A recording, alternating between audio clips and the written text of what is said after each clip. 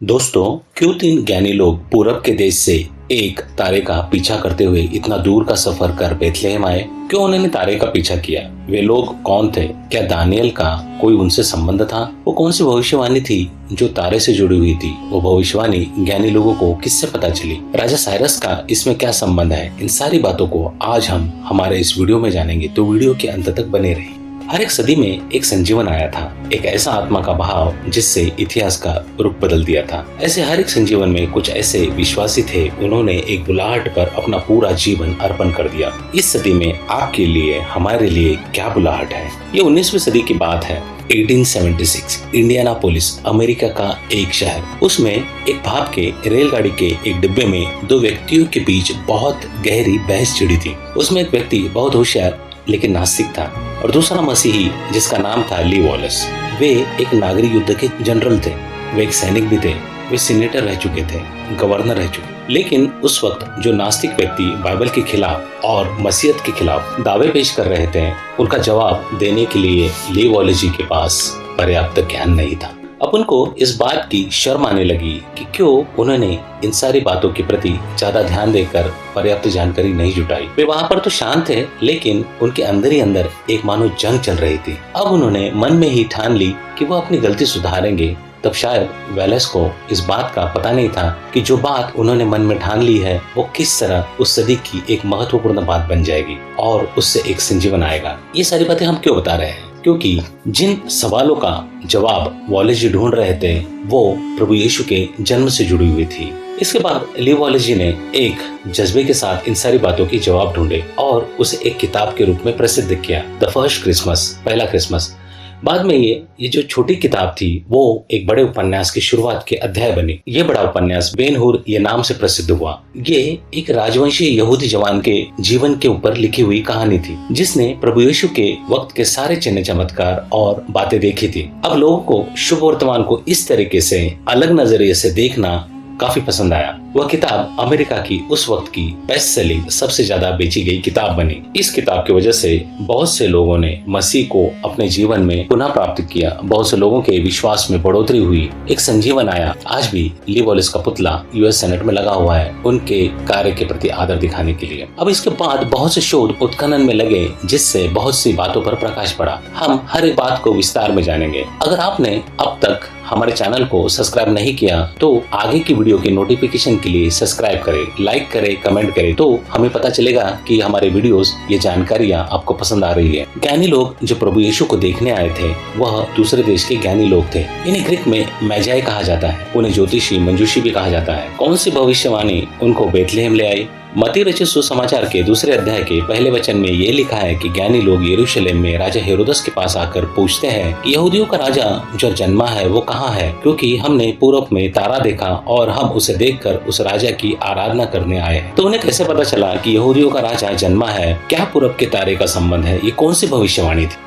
ये जानने के लिए हमें जानना पड़ेगा, ये उस वक्त की बात है जब इजरायली लोग जंगल में यारदेन के इस ओर मोआब के क्षेत्र के मैदानों में डेरा डाले हुए थे। ये उनका जंगल में का आखिरी मुकाम था। उसके आगे उन्हें यारदेन को लांग कर वचनदत्त भूमि प्रॉमिस लैंड में पहुंचना था।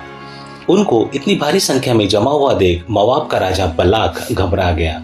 उसने उन लोगों ने कैसे और राजाओं को हराया ये कहानी जान ली थी, इसलिए वह युद्ध कर इजरायली जनता को हरा नहीं सकता, ना ही उन्हें रोक सकता है, तो वह एक अलग बात करता है। ये बातें हम ज्यादातर मसीह जानते हैं क्योंकि इस पर बहुत ज्यादा प्रचार होता है, लेकिन इसमें एक ऐसी बात जुड़ी है जो शायद ही बताई जाती है। उस वक्त उन्हें शापित करने के लिए राजा बलाक एक दृष्टा बलाम को बुलाता है। इस पर ध्यान दे कि एक दृष्टा अलग होता है और एक संदिष्टा, एक भविष्यवक्ता जिसे प्रॉफिट कहा जाता है, वो अलग होता है। दृष्टा का मतलब सीयर होता है। इस पर हम कभी और विस्तार में बताएंगे। बलाम एक दृष्टा था, वो अपनी आशीष और श्राप देने के लिए, शक्ति के लिए प्रसिद्ध था। राजा बलाक उसे 2 बार ऊंची पहाड़ी पर ले गया ताकि वह पूरे इजरायली लोगों को देखकर उनको श्राप दे सके, लेकिन परमेश्वर की आत्मा से बलाम से इजरायली लोगों के लिए आशीषें ही निकली। अब यहाँ पर वह प्रसिद्ध भविष्यवाणी है जिसे स्टार प्रोफेसी या तारे की भविष्यवाणी कहते हैं। गणना के 24 अध्याय के 17वें वचन में ये लिखा है कि याकूब में से एक तारे का उदय होगा, इजराइल में से एक राजदंड उठेगा। इसे यहूदी मसीहा की तारे की भविष्यवाणी मानते हैं। अब हम ये देखेंगे कि ज्ञानी लोगों को इस स्टार प्रोफेसी तारे की भविष्यवाणी के बारे में कैसा पता चला। जॉर्डन के डेर अला म्यूजियम में एक शिलालेख मिला है जिसमें बलाम बौर का पुत्र ये लिखा हुआ मिला है। कितनी अद्भुत बात है, किसे श्राप देने के लिए पैसे देकर बुलाया गया था, उसने उन्हें आशीषित किया और एक भविष्यवाणी भी की। यह भविष्यवाणी पहली बार कोई गैर यहूदी गैर इजरायली व्यक्ति ने की दी थी। यरूशलेम 586 BC ये उस वक्त की बात है जब राजा नबूखदनेस्सर ने इजराइल पर कब्जा किया था। उस वक्त पहली बार यहूदी मंदिर का विनाश हुआ था। बाबेल का राजा बहुत से यहूदियों को बंधुआई में ले गया।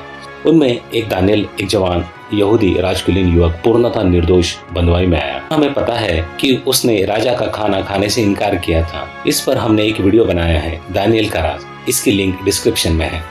दानियल ने आगे जाकर राजा के स्वप्न का अर्थ बताया, जिस वजह से उसे सारे ज्ञानियों का अधिकारी बनाया गया। एक बाहर के देश में दानियल को एक उच्च स्थान प्राप्त हुआ, पर परमेश्वर द्वारा ऊंचा किया जाना, क्या ये एक सिर्फ भाग्य की बात थी या परमेश्वर ने उसे आगे होने वाली महत्वपूर्ण घटनाओं को बताने के लिए वहां पर नियुक्त किया था?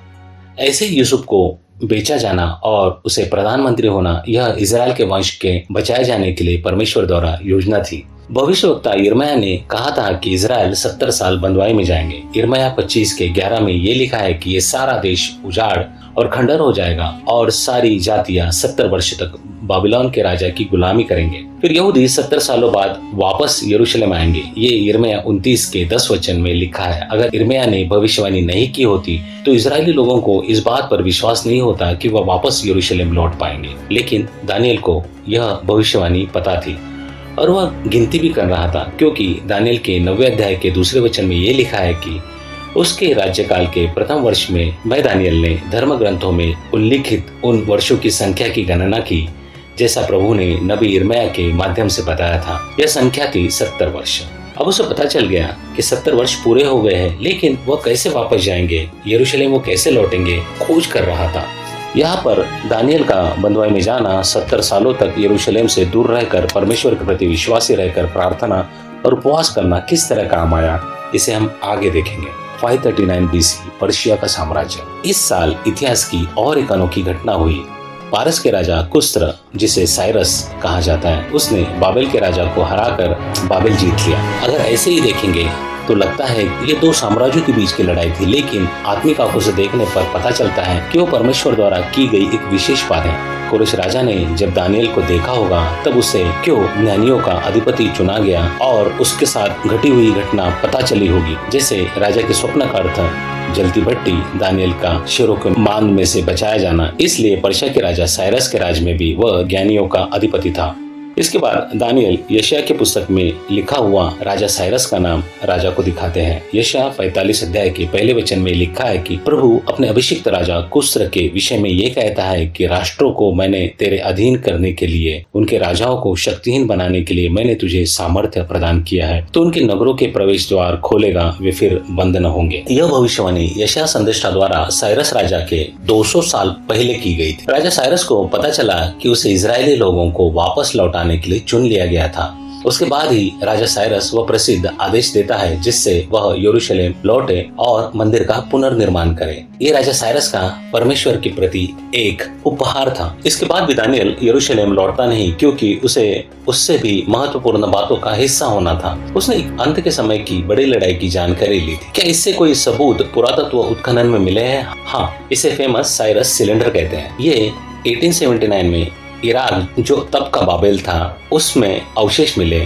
इस सिलेंडर के 22 से 34 लाइन में ये प्रसिद्ध आदेश लिखा है जिससे इजरायली लोगों को यरूशलेम लौटने की अनुमति मिली थी। इनके और भी सबूत मिले हैं कि दानियल का पारस के राजा और उसके बाद के राजा के ऊपर काफी प्रभाव था। दानियल से जानकारी प्राप्त करने से पहले फारसी याजक बहुत से भगवानों को पूजते थे, लेकिन बाद में वह एक भगवान यहोवा को पूजने लगे। उन राजाओं के वक्त बाहर खुले में अर्पण करने की विधियां मिली है। तेल अरत में एक ऐसा यहूदी मंदिर मिला है जो यहोवा को समर्पित किया गया है। फारस के याजक भी विशेष कपड़े पहनते थे जैसे यहूदी याजक पहनते थे। दानियल ने उनको उत्पत्ति के बारे में भी सिखाया होगा, ये अभ्यासक कहते हैं, क्योंकि उनके भी सबूत पर्शियन गार्डन्स में मिले हैं। पारस के बगीचे, इनकी रचना पूरी तरह से एदेन बगीचे से मेल खाती है। मध्य में एक सोता है जिससे 4 प्रवाह निकलते हैं, फिर वृक्ष, जीवन और ज्ञान का। इन्हें पैराडाइजिया कहते हैं, जिससे पैराडाइज ये शब्द आया है। उत्पत्ति 2:15 में ये लिखा है कि परमेश्वर ने आदम को बगीचे में रखा कि वह उसमें काम करे और उसकी रखवाली करे। फारस के राजाओं ने इसे पूरी तरह माना था, क्योंकि दूसरे साइरस ने अपने कमांडर से कहा कि जब वह लड़ाई पर नहीं होता तब वह अपने बगीचे की खुद रखवाली करता है और खुद से देखभाल करता है। ये सारी बातें दानियल की वजह से पर्शिया फारस में की जा रही थी। दानियल ने भी प्रभु यीशु की सेवकाई की भविष्यवाणी 500 सालों बाद होगी ये बताया था, मसीहा की भविष्यवाणी। पहले चर्च फादर ओरिगन इन्होंने भी अपनी किताब कॉन्ट्रासेल्सम में इन बातों की पुष्टि दी है कि दानियल का पूर्व के ज्ञानी लोग मागी लोगों के ऊपर प्रभाव था और उसने ही स्टार प्रोफेसी उनको बताई थी। जिस बलाम दृष्टा को श्राप देने के लिए बुलाया गया था, उसी से मसीहा के जन्म की भविष्यवाणी आती है, जिसकी वजह से अन्य जाति मागी लोग ज्ञानी लोग प्रभु की आराधना करते हैं। कितना अद्भुत अपना परमेश्वर है। जो शस्त्र हमारे विरोध में उठाए जाते हैं उन्हें हमारे लिए परमेश्वर काम में लाते हैं। अगर आपको किसी विषय पर जानकारी जुटानी है तो हमें sacredspace2000@gmail.com इस पर मेल करें। अब हम देखेंगे कि ज्ञानी लोग किस चीज का पीछा कर रहे थे, क्योंकि खगोल शास्त्रज्ञों ने इस पर अलग अलग विचार दिए हैं। उस वक्त एक विशेष घटना आकाश में हुई थी। एक मसीही गणितज्ञ वैज्ञानिक जोहानन केपलर, इनके अभ्यास से एक विशेष घटना साबित होती है। उस वक्त तारे एक विशेष लाइन में आए थे जिसे प्लैनेटरी अलाइनमेंट कहते हैं, जो एक बहुत सदियों में होने वाली एक रेयर घटना थी। इस वजह से उस वक्त वह तारा जो 2 तारों से मिलकर बना था वह दिखाई दिया था। कोई उसे सुपरनोवा भी कहते हैं, लेकिन कोई तो अद्भुत रोशनी आकाश में दिखाई दी थी और वो बेथलेहम में जाकर रुकी थी। पहले सदी के विश्वासियों ने भी ज्ञानी लोगों को ज्योतिष अभ्यास से बताया था। दानियल से ज्ञान मिलने के बाद उन्होंने ज्ञान अपने अगली पीढ़ी को दिया। गणित करते रहे, इसलिए उन्हें उस तारे का दर्शन हुआ और उसके बाद उन्हें मसीह की आराधना करने का मौका मिला। तो दोस्तों, जैसे ज्ञानियों ने अभ्यास कर गणित कर उस तारे का पीछा किया, वैसे ही हमें भी परमेश्वर के प्रकाश जो वचन है उसका पीछा करना है, अभ्यास करना है, गणित करना है, उस पर नजर रखनी है। अपनी अगली पीढ़ी को भी ये ज्ञान देना है ताकि उन्हें भी वह प्रकाश मिले और उनकी मुलाकात मसीह से हो। यही क्रिसमस का संदेश है। Happy Christmas.